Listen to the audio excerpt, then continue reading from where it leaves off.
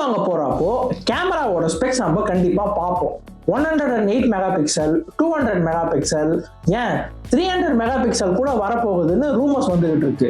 ஆனா கொஸ்டின் என்னன்னா, 200 mega pixel கேமரானா photos 20 times பெட்டரா இருக்குமா? ரியலாவே இது யூஸ்ஃபுல் தானா, இல்ல இது ஒரு மார்க்கெட்டிங் ட்ரிக்கா? 200 மெகா பிக்சல் கேமராவை பத்தி உண்மையான ஃபேக்ட்ஸை பார்க்கலாம். எம்பினா மெகா பிக்சல். 200 MP அப்படின்னா 200 மில்லியன் பிக்சல்ஸ் இருக்கும். நம்பர் பெருசா இருக்கிறது நல்லதுதான், பட் ஆனா இது மட்டும் கேமராவோட குவாலிட்டியை டிசைட் பண்ணாது. ஒரு சின்ன ரூம்ல 200 பேரை நிக்க வச்சா கிரௌடா இருக்கும்ல, கிராம் பண்ணினா ஒவ்வொரு பிக்சலும் சின்னதா இருக்கும். சின்ன பிக்சல்ஸ்னா லெஸ் லைட் குவாலிட்டி கேப்சர் பண்ணும். இது நைட்டு நீங்க போட்டோஸ் எடுக்கிறப்போ குவாலிட்டியை கண்டிப்பா அஃபெக்ட் பண்ணும். அதனாலதான் 200 MP கேமரா இருந்தாலும் போன் 200 MP குவாலிட்டியில போட்டோ எடுக்கிறது இல்லை. இன்ஸ்டடா பிக்சல் பைண்டிங்னு ஒரு டெக்னாலஜியை யூஸ் பண்ணோம்.